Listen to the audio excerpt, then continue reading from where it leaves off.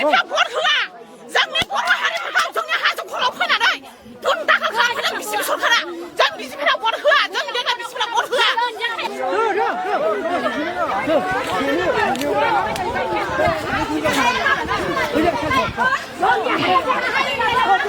रायजोफोरनिसो मोनथाय बियो रावबो फैनो हायाखै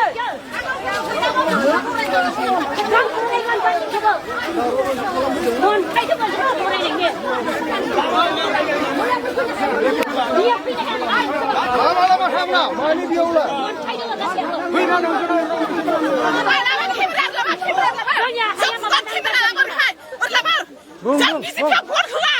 जोंनि बर' हारिफोरखौ जोंनि हाजो खर'आव फैनानै धुन दाखा खालामफैदों बिसिपि सरकारा जों बिसिफ्रा भट होआ जों देग्लाय बिसिफ्रा भट होआ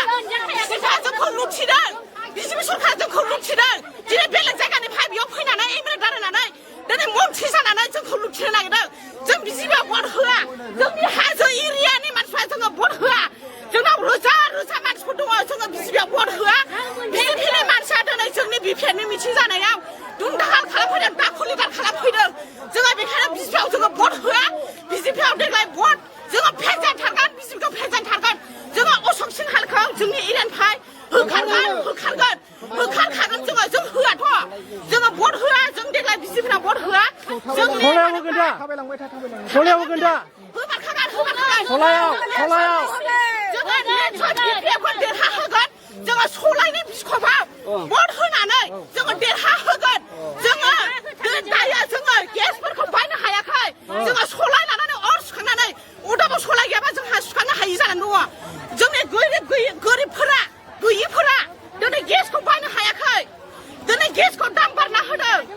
जोङो हिनजावफोरनो महिलाफोरनो साफा सानै महिलाफोरनो अनुर'द होबाय 9,000 लोगो गेसनि दामखौ बारायनानै होबाय दिनै जोङो खस्थ' मस्थ' हाजो खर'आव बन नागिरनानै अर सुवागौमानि जोङो दिनै सलायजों बिखबजों सुखांनानै मोनजादों जोङो गेसजों मोनजायाखै दिनै बायनो हायाखै गेसखौहाय बेनिखायनो जोङो बिपिएफआव भट होगोन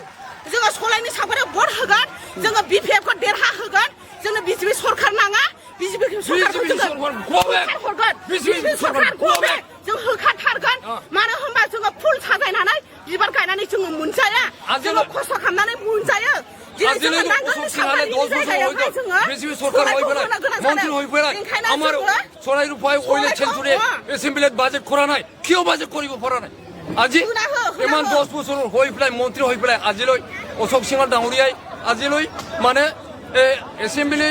আসাম এসেম্বলি এদিনেও খোৱা নাই কেলে খুব পৰা আমাৰ বড়ো জাতিৰ কাৰণে আমাৰ বড়ো সকলে ভোট দি জয়যুক্ত কৰিছে 10 বছৰ